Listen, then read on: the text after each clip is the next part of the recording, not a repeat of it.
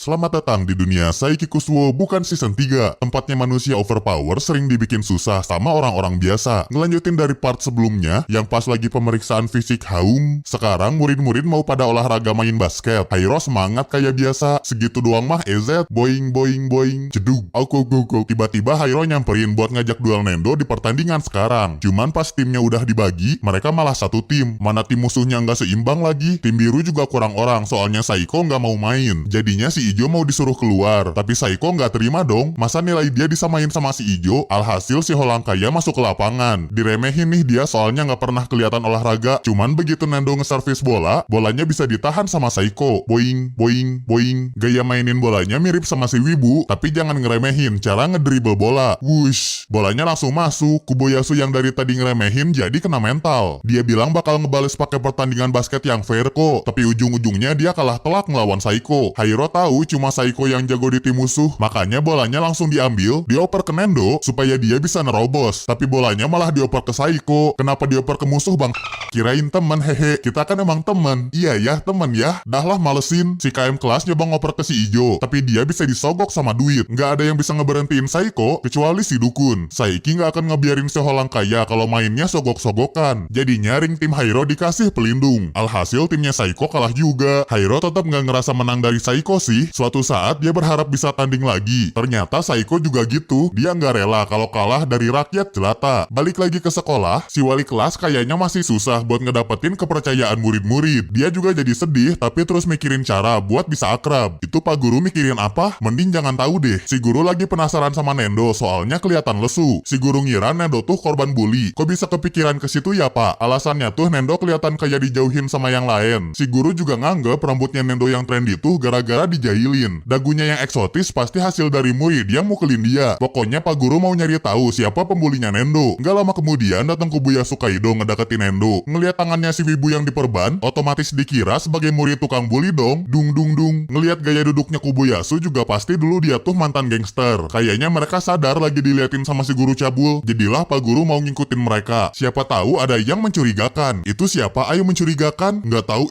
ay serem ya. Nggak jauh dari sana Kuboyasu Kaido nyapa murid-murid lain. Kayak si Dewi Teruhashi atau si KM kelas Hairo. Mungkin aja si guru udah salah sangka mereka sebagai pembuli soalnya circle-nya baik-baik. Cuman gara-gara mereka ngomongin Nendo, dia jadi curiga lagi nih. Akan kukalahkan dia di lapang basket nanti. Dikiranya Hairo mau ikut ngebully Nendo. Langsung ngerasa gagal dong dia. Tapi nggak gitu juga mukanya Pak. Tadinya si guru mau ngecek ke lapangan. Cuman pintunya dikunci dari dalam. Supaya nggak ada yang ngeganggu pertandingan mereka sih. Suara bola basket yang dung dung dung dianggap si guru mukulin dagunya Nendo. Jadi dung dung dung. Suara slam dunk Hairo juga makin bikin si guru jadi khawatir. Saiki ikutan khawatir. Takutnya nambah salah paham. Sama si Dukun mau dibukain pintunya sih. Tapi sesaat sebelum si guru masuk, bola basketnya kena bolanya Nendo. Dan jadi kelihatan kayak abis dibully. Nggak ikut-ikutan ah. Di kelas si Dukun dipanggil Toritsuka buat ngeliat murid baru yang namanya Suzumiya. Sekilas nggak ada yang aneh. Tapi Toritsuka yang biasanya ganjen sama cewek aja sampai nyerah. Soalnya pas pertama kali Suzumiya datang, penampilannya aja kayak abis ketabrak. Waktu mau nulis namanya juga nggak ada kapur. Jadi si murid baru nulis pakai darah sendiri. Malahan waktu mau ke tempat duduknya, Suzumiya nggak sengaja nginjek tai. Yang intinya tuh murid ini ngebawa sial. Cuman sebagai cowok yang baik, Toritsuka nawarin sapu tangan buat ngelap darahnya. Wali kelasnya Toritsuka jadi nunjuk dia buat ngajak keliling Suzumiya. Dan selama itulah si Dukun cabul ikutan kena sial. Ketabrak motor lah, hampir ketiban meteor lah, kena hujan badai lah, termasuk nginjek tai juga. Makanya Toritsuka minta Saiki buat ngejauhin dia dari kesialan. Sekarang Suzumiya pengen diantar buat ke lab kimia. Nggak bisa nolak keinginan cewek juga dong Toritsuka. Untungnya dia nggak akan sial lagi, soalnya ada Saiki yang bakal ngejagain. Ayo sini ada kopi jelly. Malah pergi bang.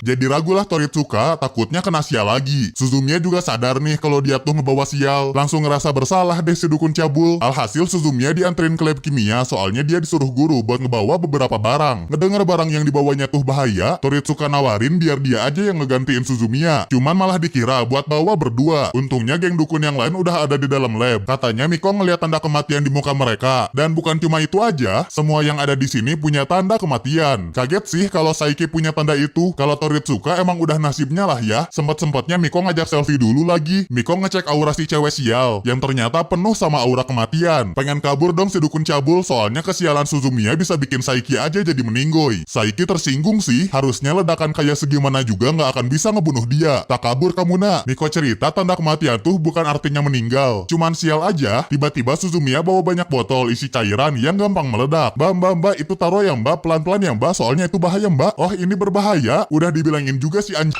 Akhirnya botol tadi berhasil ditaruh di meja. Dikirain udah aman, cuman tiba-tiba ngegetin anjing. Botol tadi hampir jatuh, tapi bisa Saiki amanin. Emang bukan main-main kesialannya. Suzumiya bilang terima kasih karena udah ngebantuin dia tadi. Senang juga dia bisa kenalan sama murid lain. Berhubung si cewek sial udah temenan sama Saiki Miko, caps dulu ya bro. Bercanda bro. Masih kelihatan tanda kematian di mukanya Suzumiya. Soalnya pas mereka jalan di lorong, ada murid yang mainin celurit. Si Ijo ngebuang kulit pisang sembarangan, Suzumiya kepleset dan hampir aja kena celurit kalau nggak ditahan. Lihat nggak yang barusan? Bercandanya jelek, seleketep, mau nyari angin lah biar nggak tegang. Malah ada bola yang masuk. Bolanya kena cairan yang gampang kebakar, kayu api juga ikutan masuk, dan hampir aja jadi kebakaran. Wow, kerja dikit kayak bang.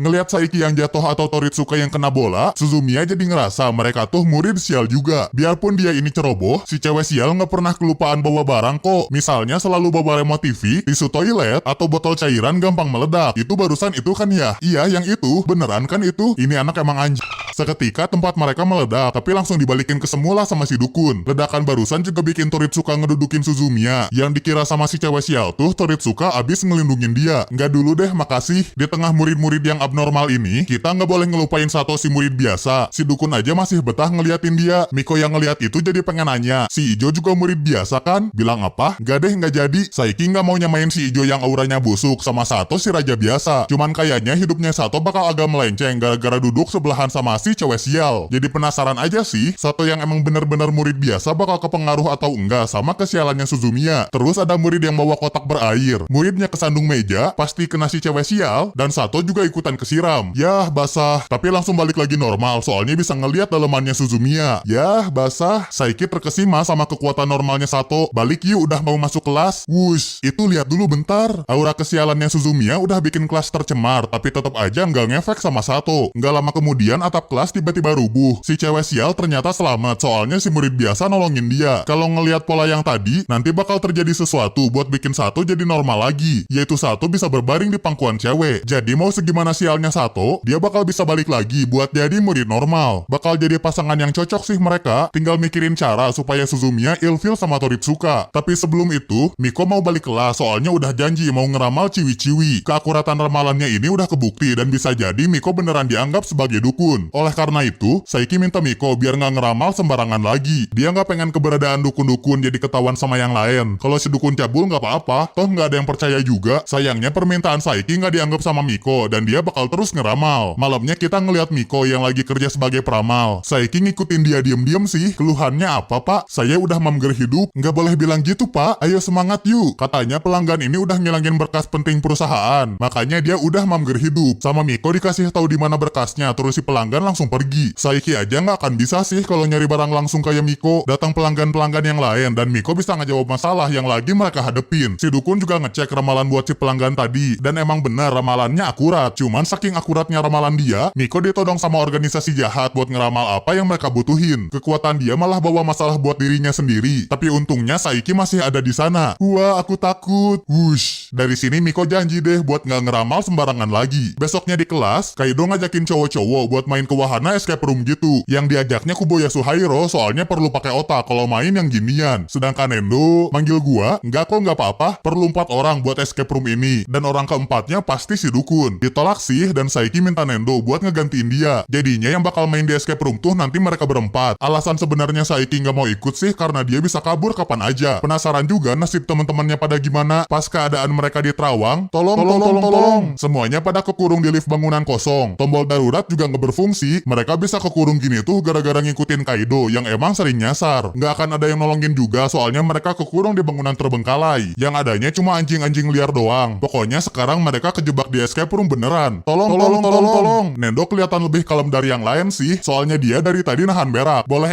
di sini kan? Tolong. Kain anjing. Saiki mikirin cara buat nyelamatin mereka tapi tetap kelihatan natural. Si dukun nyimpen linggis di bawah lantai lift buat ngebuka pintu. Tapi mereka tetap aja kehalangan dinding. Kayaknya dindingnya bisa kebuka kalau berhasil nebak akses kodenya. Jadilah Saiki ngodein mereka pakai tombol lift. Sekarang udah kelihatan jalan keluarnya sih, cuman lubang segitu terlalu kecil buat mereka. Kaido Kobayashi lagi kebingungan, Nendo malah asik ngabisin Ciki mereka. Untungnya aroma dari Ciki tadi bisa manggil anjing-anjing supaya mijit tombol darurat. Akhirnya mereka menang juga deh dari escape room beneran. Terus pas hari libur ada Akechi main ke rumahnya Saiki. Ini kan hari libur, pasti kamu di rumah udah gitu jomblo, jadi nggak ada yang ngajak main. Makanya aku kesini supaya kamu nggak kesepian. Ayo kita main wahai jomblo. Akechi tetap maksa masuk sampai rela nahan pintu pakai kakinya. Gara-gara ribut-ribut ini, Ade temannya disuruh masuk yuk. Akhirnya Akechi dibolehin main ke rumahnya Saiki. Nggak sengaja juga si ibu bilang anaknya tuh seorang dukun. Nggak apa-apa kok ibu, aku udah tahu Saiki tuh dukun, kan kita teman dekat, teman sehati, besti 4 epar, jadi nggak ada yang disembunyiin lagi dari kita kan ya besti. Ditanyain lah tujuannya Akechi kesini. Cuman dia beneran pengen main bareng sama Saiki doang. Si dukun aja sampai terkejut. Mereka lanjut nonton PPN. Tapi gara-gara bosen, Akechi ngajakin buat nebak pacuan kuda. Yang menang bisa dapat kue di kulkasnya Saiki. Tahu dari mana jir? Tantangannya diterima dong, soalnya PD bakal menang. Saiki pakai kekuatan dukunnya buat ngebaca pikiran pengunjung yang kelihatan pro player pacuan kuda dan milih kuda nomor 2. Kalau Akechi pilih nomor 8, dan emang yang menang tuh kuda pilihannya dia. Kuenya Saiki dikasihin sih, tapi sepotong doang. Di anime aja disebut dukun, padahal kalah tebak-tebakan. Gak mau ngakuin kekalahannya sendiri, pakai motong kue cuma sedikit doang. Emang ini dukun jadi-jadian? Bilang apa?